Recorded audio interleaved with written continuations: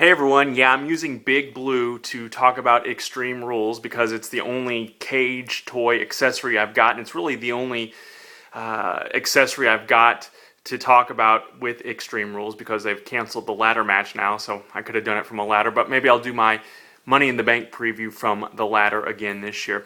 But wanted to talk about the pay-per-view coming up on Sunday and do some quick predictions, some quick thoughts. And I'm going to first say that I like the fact that the WWE has spaced Extreme Rules so far from WrestleMania. We've had a nice little break from the pay-per-view scene, and all these matches really, I think everything on the card for the most part has had time to simmer and develop and grow, which obviously is a good thing, and I'm excited about that. So I'm going to just start from the top and go with Ryback versus Cena in a last man standing match. John Cena, of course, the WWE champion. Now, there are talks going around that he is hurt, that his Achilles tendon is damaged or needs attention. I don't know how serious it is. I'm not sure. I can't imagine the WWE switching the title this quickly and putting it on Ryback. I wouldn't be surprised if that happened, especially in the format of what they're doing in a last man standing match. Even though Cena would lose the match, he technically wouldn't have been pinned, kind of like when he lost the title to Sheamus in that tables match a few years back. So I'm still undecided completely on this one, but just for the sake of making a prediction, I am going to go with John Cena. I don't have anything against Ryback, but on the same hand, I can't see Ryback losing yet another pay-per-view. I don't think he's won a pay-per-view match in several months, and I should have done some more research before this, but I know he lost WrestleMania. He didn't win at the Elimination Chamber, even though he technically was on a losing team and himself didn't get pinned. Of course, missed out on the Royal Rumble as well. So, and then the December pay-per-view before that, the Tables, Ladders, Chairs one, he did not come up with the win in that six-man tag team match either, and came up short at Survivor Series. So a long history of Ryback not winning on pay-per-view. So I'm still going to go with John Cena on that one to win. Triple H and Brock Lesnar, of course, get inside that steel cage. This is their rubber match, if you will.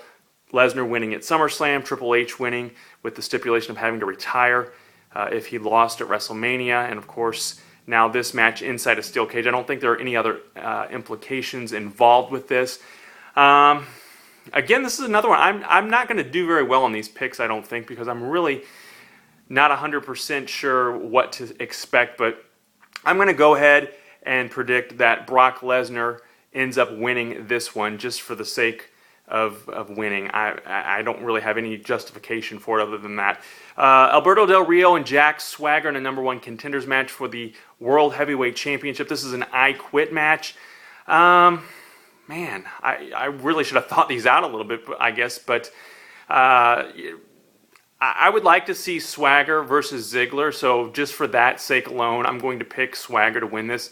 And really, for me right now, the best thing going about Jack Swagger is Zeb Coulter. I really enjoy that dynamic and that relationship.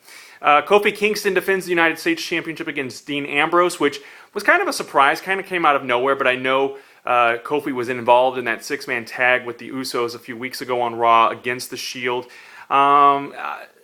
Everybody loves Dean Ambrose on the internet. I love him too. I'm a fan of his. I like Kofi Kingston too, and I think that he gets the fuzzy end of the lollipop a lot of the time. And I thought that Fandango would be challenging for the United States Championship before Dean Ambrose, but I like the idea of a dominant Shield continuing even as individuals and as tag teams. So for that, I'm going to pick Dean Ambrose to win. The Shield versus Team Hell No, the other two members of the Shield, Roman Reigns and Seth Rollins, taking on Team Hell No in a Texas tornado style or tornado Texas tag team tornado match. I'm going to go ahead and pick the members of the Shield. I really like what they've done with the Shield so far, and I hope they continue that momentum. Mark Henry and Sheamus in a strap match. I'd like to see Mark Henry win this, but I think Sheamus is going to end up pulling out the victory somehow. Randy Orton versus The Big Show in an Extreme Rules match. The fans lose in this encounter either way. I'm not a big fan of either one of these guys, but I learned a long time ago never bet against Randy Orton, so I'm going to pick Randy Orton to win that one. Chris Jericho and Fandango. If they want to keep Fandango, I guess, momentum going, I really think he needs to win here.